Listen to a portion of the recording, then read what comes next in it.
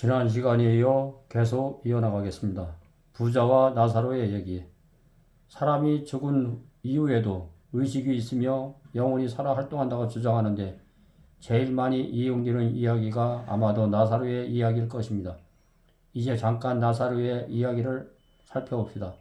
한 부자가 있어 자색 옷과 고운 베옷을 입고 날마다 허러히 연락하는데 나사로라 이름한 한 거지가 헌대를 앓으며 그 부자의 대문에 누워있더니 그 거지가 죽어 아브라함의 품에 들어가고 부자도 죽어 장사되매 저가 음부에서 고통 중에 눈을 들어 멀리 아브라함과 그의 품에 있는 나사로를 보고 불러 가로되 아버지 아브라함이여 나를 궁일이 여기사 나사로를 보내어 그 손가락 끝에 물을 찍어 내 혀를 서늘하게 하소서.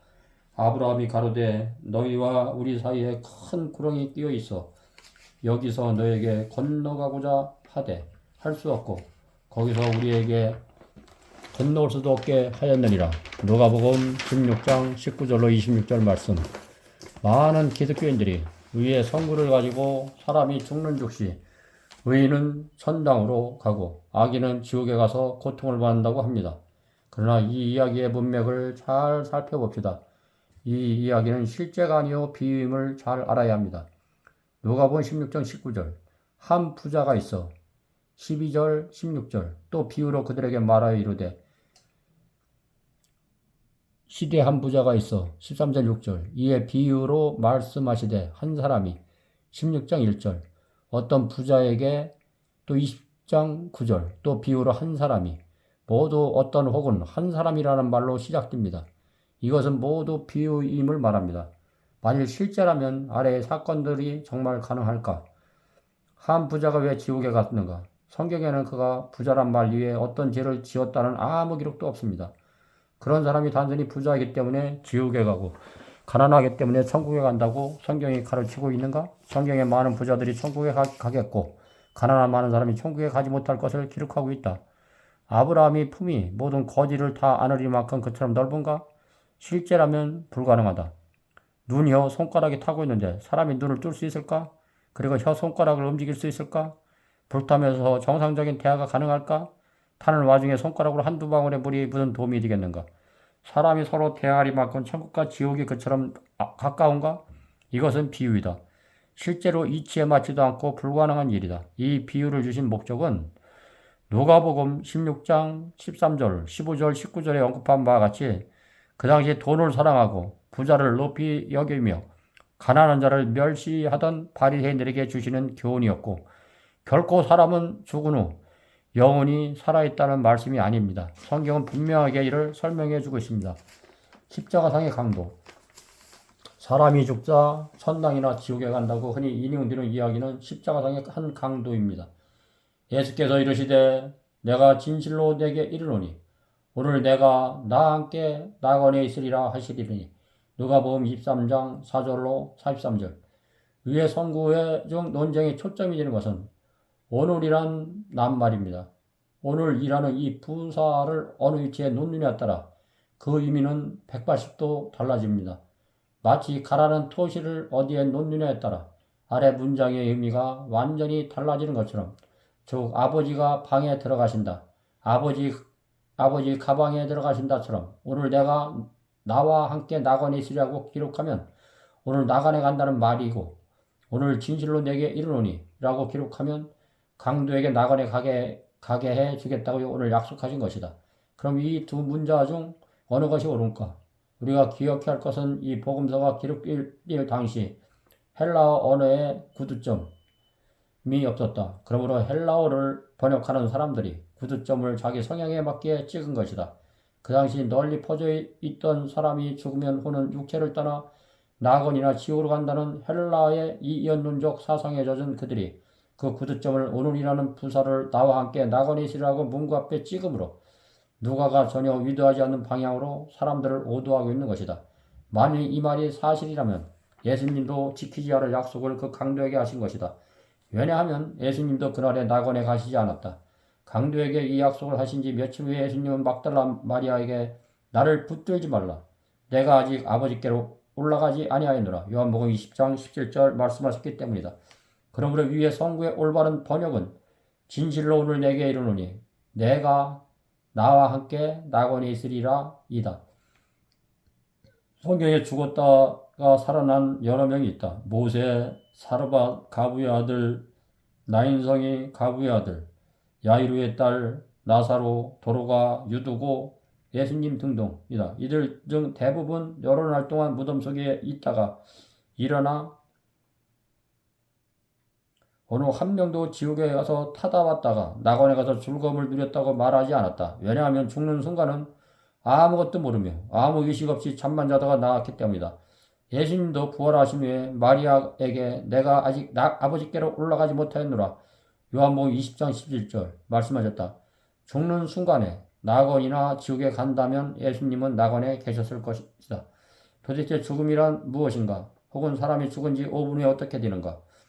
이 지구상에서 하루에도 6만 명 이상이 죽고 있는데 많은 사람들은 도대체 죽음이 무엇인가라고 질문한다. 죽음이 무엇인지 알기 위해서는 먼저 생명이 무엇인지를 알아야 한다. 창세기 2장 7절을 보면 인간 창조의 가정이 나온다. 하나님이 흙으로 사람을 지으시고 생기를 그 코에 불어넣으시니 사람이 생명이 되니라. 창세기 2장 7절.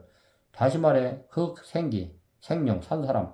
과학자들이 발견한 놀라운 사실은 인간의 몸의 80% 이상이 흙에서 발견되는 원소로 구성되었다는 것입니다. 소량의 가스, 산소, 수소, 질소 이외에 흙 속에 있는 탄소, 나, 민, 칼슘, 나트륨, 염소, 유황, 마그네슘, 옥소, 철 등입니다. 위에 기록된 생기는 불멸성을 지닌 어떤 정신적 존재이거나 혼이 아니고 단순히 하나님의 호흡 혹은 숨입니다. 그럼 죽음이란 무엇인가?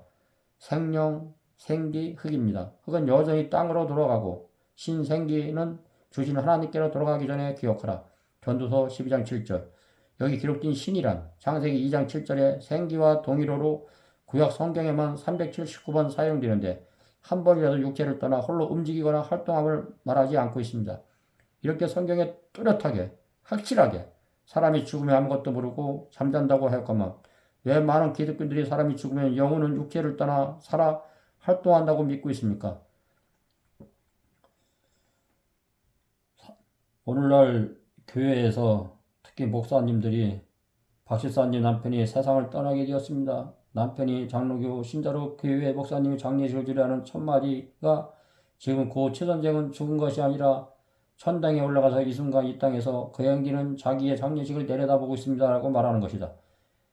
얼마나 끔찍한 말인가. 거기 모인 대다수의 조문객들은 그대로 받아들이는 모습이었다. 이것은 성경에 근거를 두지 않은 순 거짓말이다. 죄인이 죽는 순간 지옥에 가서 영원히 불탄다는 것도 영생인 것이다. 성경은 죄의 값은 사망이라고 하였다. 이 거짓말은 어디서 나왔는가?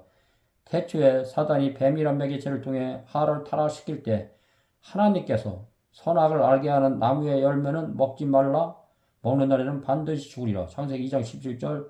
선하신 그 실과를 가리키면서 뱀이 여자에게 이르시되 너희가 결코 죽지 아니하리라. 너희가 그것을 먹는 날에는 너희 눈이 밝아 하나님같이 되어 선악을 알 줄을 하나님이 아심이니라. 창세기 3장 4절 5절. 새빨간 거짓말을 하하에게 하였다. 하나님은 먹으면 죽으리라 하였으나 사탄은 결코 죽지 아니라고 말했다. 그 사탄은 오늘날 수많은 기독교인들에게 똑같은 거짓말을 하고 있다. 범죄한 지는 죽으리라 하였으나 사탄은 아니야. 사람은 죽자마자 거운이 연옥이나 낙원에 있고 아기는 지옥에 가서 영원토록 불에 탄다고 말한다. 요약하면 죽은 자들의 상태는 부활의 날까지 무의식 무활동 상태의 연속이다. 구약 성경에 나타난 수울과 신약에 나타난 하데스의 용어는 모두 죽은 자들의 무덤 혹은 무의식 상태를 의미하는 것이지 죄인들의 형벌의 장소가 아니다. 악한 자들의 형벌 장소는 하데스의 언급은 그리스 신화에서 유래된 것이다. 악한 자들의 고통의 장소로서 하데스라는 대중적 개념이 그리스 교회 속에 침투했으며 결국 성경 번역자들에게 영향을 끼쳤다. 예를 들어 킹제임스 역본 성경에서 하데스라는 용어가 11번 나타났는데 그 중에 10번의 무덤 대신 지옥으로 번역되었다. 이러한 잘못된 번역으로 인해 많은 그리스도인들로 하여금 죄인들이 죽을 때 지옥불에 던져서 끝없는 고통을 당하는 것으로 생각을 하게 되었다.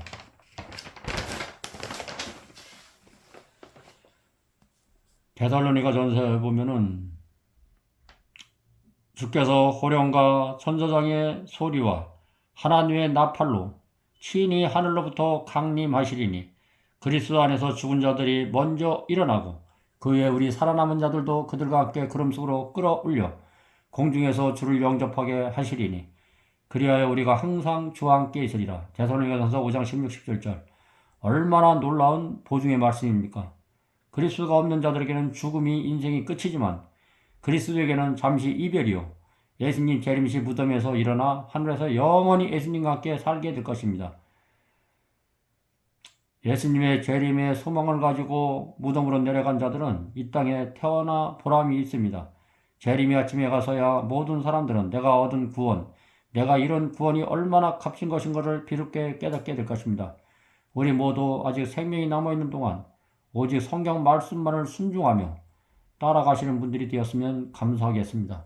기독교 역사에서 기독교는 여러모로 인간의 본질에 대한 헬라의 이언능력 견해의 영향을 받아 육체를 죽을 수밖에 없고 영혼은 불멸이라는 생각을 갖게 하였습니다. 이러한 치명적 오류를 받아들이므로 성경 해석에 영향을 끼쳐 연옥, 또한 지옥에서의 영원한 형벌, 죽은 성도들의 중부, 면죄부 등과 같은 교리들이 생겨나게 되었던 것입니다. 이제 유튜브를 들으셨던 많은 분들 다시 한번 요약해 보겠습니다.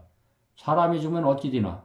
사람이 죽으면 부활의 아침 예수님의 나팔소리에 깰 때 아무것도 모르는 잠자는 상태에 놓입니다. 지옥은 있습니까? 지옥이 있다. 그럼 지옥불 안에서 사람들이 타고 있는가? 지금 이 순간 지옥불에 타고 있는 사람은 한 명도 없다. 그럼 악인이 언제 지옥불에 타는가? 예수님 삼림시 악인들이 성도들이 처소인 새 예루살렘을 공격할 때 하늘과 땅에서 나온 유황불이 모든 악인을 태우는데 그 불이 지옥불이다. 꺼지지 않는 영원한 불이란 무슨 뜻인가? 불에 타는 시간이 영원한 것이 아니요. 불의 결과인 죽음이 영원하다는 뜻입니다. 이적과 기사를 행하는 것은 하나님이 같이 계시다는 증거인가? 결코 아니다. 옛날 애굽의 모세가 이적을 행할 때 바로의 마술사들도 이적을 행했다. 마지막 때 거짓 그리스도에게 위해 병자들을 고치며 심지어 하늘에서 불이 내려오는 이적까지 일어날 것이다. 계시록 13장 13절. 우리가 왜 강진술을 멀리해야 하는가? 강진술이란 육신은 죽어도 그의 영혼은 죽지 않고 살아있다는 것이며 그 영혼이 낙원이나 지옥에 가서 지상의 신자들과 더불어 교통하며 대한다는 것이다. 이것이 마지막 때의 사탄의 대기만술입니다.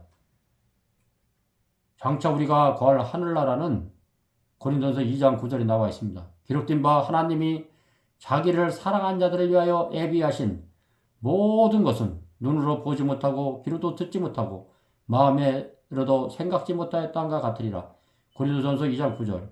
사람의 언어로 유인들이 받을 상급을 묘사하기에 적합하는 말이 없습니다.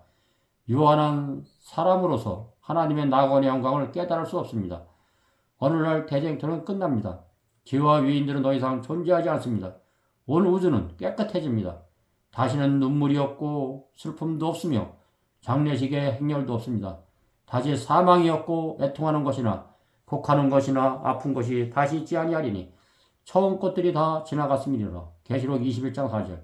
그때 소경의 눈이 밝을 것이며 귀머거리의 귀가 열릴 것이며 그때 저는 자는 사슴같이 뛸 것이며 벙어리의 혀는 노래하리니. 이사야 35장 5절로 6절. 하늘에서는 아무도 늙기를 구하는 자가 없을 것입니다. 또한 그리할 필요가 없습니다. 거기서는 아무도 피곤함을 느끼지 않습니다. 우리는 항상 아침에 신선하고 상쾌함을 느낄 것입니다. 하늘의 분위기 중에는 고통이 있을 수 없습니다. 마음이 상하거나 원통할 일은 전혀 없습니다.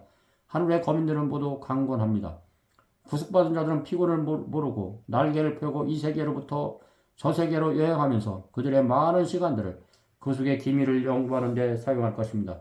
이처럼 이 땅에서 구속함을 입은 백성들은 말할 수 없는 즐거움으로 타락하지 않는 우주거민들의 지혜와 기쁨에 동참하게 될 것입니다. 원하는 자는 누구나 지옥을 피하고 하늘의 유업을 받을 수 있습니다. 오늘 이 현대 강신술을 통하여 사람의 육신이 죽으면 영혼이 살았기 때문에 살아있기 때문에 우리가 죽으면은 지옥으로 가고 연옥으로 가고 그렇게 가지 않습니다. 그러면 옛날에 죽었던 아담가가 영원히 지금 타고 있어야 되지 않겠습니까? 그러면 예수님의 부활과 재림도 다 거짓말이 되는 것입니다. 성경을 성경대로 해석하고 영혼육, 삼원론의 중심으로 성경을 보셨으면 감사하겠습니다. 오늘 현대의 생활은 세상을 사랑하고 돈을 사랑하고 자기를 사랑하고 자궁하며 교만하며 부모를 거역하고 술 취함과 방탕함과 시기와 질투와 교만과 이기심과 우상숭배와 이런 일을 하는 사람들이 지옥입니다. 남한테 사기를 치고 남을 비방하고 또한 국민들의 낸 세금을 통해서 국회의원들 먹고 자고 마시고 그들의 특권을 위해서 가진 모략으로 다 만들어서 세금을 내는 것을 지들의 배만 부르고 1년에 6억에서 7억을 쓰는 국회의원들, 우리나라 국회의원들, 또 국회의원의 영생보금을 만들어서 그들이 영원토록 120만 원을 만들게끔 만들고 또한 이 아름답게 만들었던 삼천리 금수광산 조상 대대로 고조선부터 대한민국에 이르기까지 우리나라가 히브리 욥단 민족입니다. 하나님께서 5천년 역사를 굽이 살피신 이 나라를 공산화로 만드는 주사파, 정교조, 민노총, 정치 쓰레기들, 그 인간들은 하나님한테 심판을 받을 것입니다. 그러나 하나님은 그들이 예수님의 품으로 돌아오길 바랍니다. 월남과 캄보디아가 멸망할 때 60이 넘은 노인네들이 없습니다. 다 죽여버렸습니다. 그때 당시 때 베트남의 총리도 간첩이었지만은 그들도 역시 정치가와 교사와 교수들과 종교가들을 제일 먼저 죽였습니다. 왜냐하면 그들은 배신했기 때문에 나라를 배신했던 그 결과는 죽음으로 끝날 것입니다. 지금도 늦지 않았으니까 주사파에 있는 정치가들, 특히 법조계와 경찰분들, 또 안기부와 기타에 속한 많은 분들, 더 이상 간첩질 그만하시고 예수님한테 철저히 회개하십시오. 주님의 품만이 여러분들 살릴 것입니다. 무릇 죽고자 하는 것은 살고 살고자 하는 것은 죽습니다. 저는 이 나라 이 국가를 사랑하기 때문에 이름도 김한국으로 바꿨습니다. 성경을 창세기로부터 계시록까지 체계적으로 공부하고 싶으신 분이나 약초나 성경에서 나오는 성서유학과 자연유학을 체계적으로 공부하고 싶으신 분이나 고조선의 역사와 국가안보와 반공방척과 수많은 것들을 제가 아는 범위 내에서 심어드리고 싶습니다. 저한테 연락 주시면 참으로 고맙겠습니다. 010-3381-7716입니다. 오늘도 하나님 안에 은혜 안에서 행복되고 아름다운 가정, 그늘 없는 가정 이루시길 간절히 축원합니다. 감사합니다.